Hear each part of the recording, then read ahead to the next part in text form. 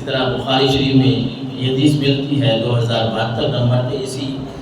مفہوم کی جو میں نے قرآن کا مفہوم بتایا، رسول اللہ نے یہی بیان فرمایا۔ حضرت مقدام فرماتے ہیں قال ما اکل احد طعاما قد خيرا من ان ياكل من عمل يده وان نبی اللہ داؤد علیہ السلام كان ياكل من عمل يده۔ اللہ کے نبی صلی اللہ علیہ وسلم نے فرمایا ہاتھ سے کمانا، حلال رزق کمانا جو ہے یہ بہترین عمل ہے۔ اور اللہ کے نبی نے حضرت داؤد کی مثال دی، فرمایا کہ داؤد اللہ کے نبی بھی تھے اور ہاتھ سے کما کے حلال رزق بھی کماتے تھے، کھاتے بھی تھے، اپنے گھر والوں کو بھی کھلاتے تھے۔ حضرت زبیر بن عوام رضی اللہ تعالیٰ عنہ فرماتے ہیں، ہمارے جو نوجوان کالجز والے بیٹھے ہیں ان کے نصاب میں بھی یہ باتیں ملتی ہیں کہ رسالت امام صلی اللہ علیہ وسلم نے فرمایا لِأَنْ يَأْخُذَ أَحْدُكُمْ حَبْلَهُ فَيَأْتِي بِحُزْمَةٍ مِّنْ حَطَبٍ عَلَى ظَهْرِهِ فَيَبِيعَهَا فَيَكُفُّ اللَّهُ بِهَا وَجْهَهُ خَيْرٌ لَهُ مِنْ أَنْ يَسْأَلَ النَّاسَ أَعْطُوهُ أَمْ مَنَعُوهُ۔ بخاری شریف کی حدیث ہے 1471 پہ آقا کریم علیہ السلام نے فرمایا دو آدمی ہیں، ایک مانگنے والا ہے، سوال کرنے والا ہے، ایک وہ بندہ ہے جو اپنی رسی پھڑتا ہے، اس کو کوئی اور کام نہیں ملتا، کوئی اور اس کا ذریعہ نہیں ہے کمانے کا، وہ رسی پکڑ لیتا ہے، رسی پکڑ کے لکڑیاں چنتا ہے، ایک ایک لکڑی اکٹھی کرتا ہے اور ان کی اکٹھی بنا کے آ کے بازار میں بیچ دیتا ہے۔ ان سے جو پیسے حاصل ہوتے ہیں وہ اپنے کھانے پینے کا، اپنے حلال رزق کا اس طرح انتظام کرتا ہے۔ اور ایک بندہ وہ ہے جو مانگتا پھرتا ہے۔ حضور علیہ السلام نے فرمایا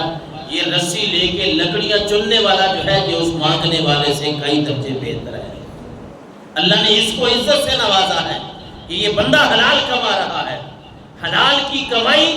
یہ اللہ تبارک و تعالیٰ کو بڑا پسند ہے۔ یا ایھا الذین آمنوا کلوا من طیبات ما رزقناکم، اے ایمان والو رزق کا جو ذریعہ اپنانا ہے نا، وہ یہ نہیں اپنانا بھی جس طرح آ رہا ہے، کیسے آ رہا ہے مجھے پتہ ہی نہ ہو، ٹھیک ہے حلال حرام کو رلائی ملائی جب کچھ نہیں ہوتا، نہیں، اللہ نے فرمایا ما رزقناکم، رزق میں نے دینا ہے، رزق کا وعدہ میرا ہے، رزق ہم نے دینا ہے، لیکن چناؤ جو تم نے کرنا ہے وہ حلال طریقے کا کرنا ہے، عمدہ طریقے کا کرنا ہے۔ اور حضرت کعب رضی اللہ تعالیٰ عنہ فرماتے ہیں، طبرانی شریف کی حدیث ہے، ایک دفعہ صحابہ کرام بیٹھے تھے سرکار دو عالم صلی اللہ علیہ وسلم کے ساتھ، مر علی النبی صلی اللہ علیہ وسلم رجل فرا اصحاب رسول اللہ من جلدہ و نشاطہ، ایک بندہ گزرا، بڑا خوبصورت نوجوان ہے، بڑا پھرتیلا ہے، اس کو اللہ نے بڑا حسن بھی دیا ہے، جسم بھی دیا ہے، بڑا خوبصورت ایک نوجوان گزرا ہے، صحابہ کرام بھی بیٹھے ہیں۔ تو اس صحابہ نے عرض کی یا رسول اللہ صلی اللہ علیہ وسلم لو کان ھذا فی سبیل اللہ، اللہ کے رسول کتنی خوبصورت جوانی اللہ نے اس کو عطا فرمائی، اس کا جسم تو دیکھیں، اس کا جسم دیکھیں، اس کو اللہ نے کتنا خوبصورت جسم دیا ہے، کیسی جوانی ہے۔ اللہ کے رسول کاش کہ یہ اللہ کے راستے میں ہوتا، یعنی یہ جہاد کرتا، دشمنوں کے خلاف جہاد کرتا، اس سے بڑا ثواب ملنا تھا۔ تو اللہ کے نبی صلی اللہ علیہ وسلم نے فرمایا میرے صحابہ، فقال رسول اللہ ان کان خرج یسعى علی ولدہ صغارا فهو فی سبیل اللہ۔ اے میرے صحابہ کیسی باتیں کر رہے ہو، اگر یہ بندہ جو جا رہا ہے خوبصورت نوجوان، اگر یہ اپنے چھوٹے بچوں کے لیے رزق حلال کمانے جا رہا ہے، پھر بھی اللہ کے راستے میں ہے، پھر بھی اللہ اس کو جہاد جتنا ثواب عطا فرمائے گا، فی سبیل اللہ کا ثواب اسے ملے گا۔ اور آپ نے پھر تشریح فرمائی وَإِنْ كَانَ يَسْعَى عَلَى أَبْوَيْنِ شَيْخَيْنِ كَبِيرَيْنِ فَهُوَ فِي سَبِيلِ اللَّهِ۔ اے میرے صحابہ کیسی باتیں کرتے ہو، اللہ کا راستہ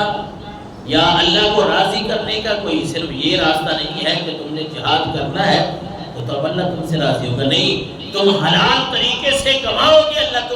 اللہ پھر بھی تمہیں فی سبیل اللہ کا ثواب تمہیں عطا فرمائے گا۔ حضور نے فرمایا میرے صحابہ اگر اس کے والدین بوڑھے والدین گھر میں ہیں، یہ ان کے لیے کمانے جا رہا ہے، پھر بھی یہ فی سبیل اللہ میں ہے، اللہ کے راستے میں جا رہا ہے۔ اور فرمایا وَإِنْ كَانَ خَرَجَ يَسْعَى عَلَى نَفْسِهِ يُعِفُّهَا فِي سَبِيلِ اللَّهِ، اگر اس کے گھر بچے نہیں ہیں، گھر ماں باپ بھی بوڑھا نہیں ہے، اپنی عزت نفس کو بچانے کے لیے، اپنے لیے، اپنی جان کے لیے اگر حلال کمانے جا رہا ہے پھر بھی اللہ کے راستے میں ہے، پھر بھی فی سبیل اللہ ہے۔ ہاں ایک بات اللہ کے نبی نے آخر میں فرمائی، وَإِنْ كَانَ خَرَجَ يَسْعَى رِيَاءً وَمُفَاخَرَةً فَهُوَ فِي سَبِيلِ الشَّيْطَانِ۔ اے میرے صحابہ، اگر یہ بندہ ریاکاری کے طور پہ کوئی کام کرنے جا رہا ہے، دکھلاوے کے لیے جا رہا ہے،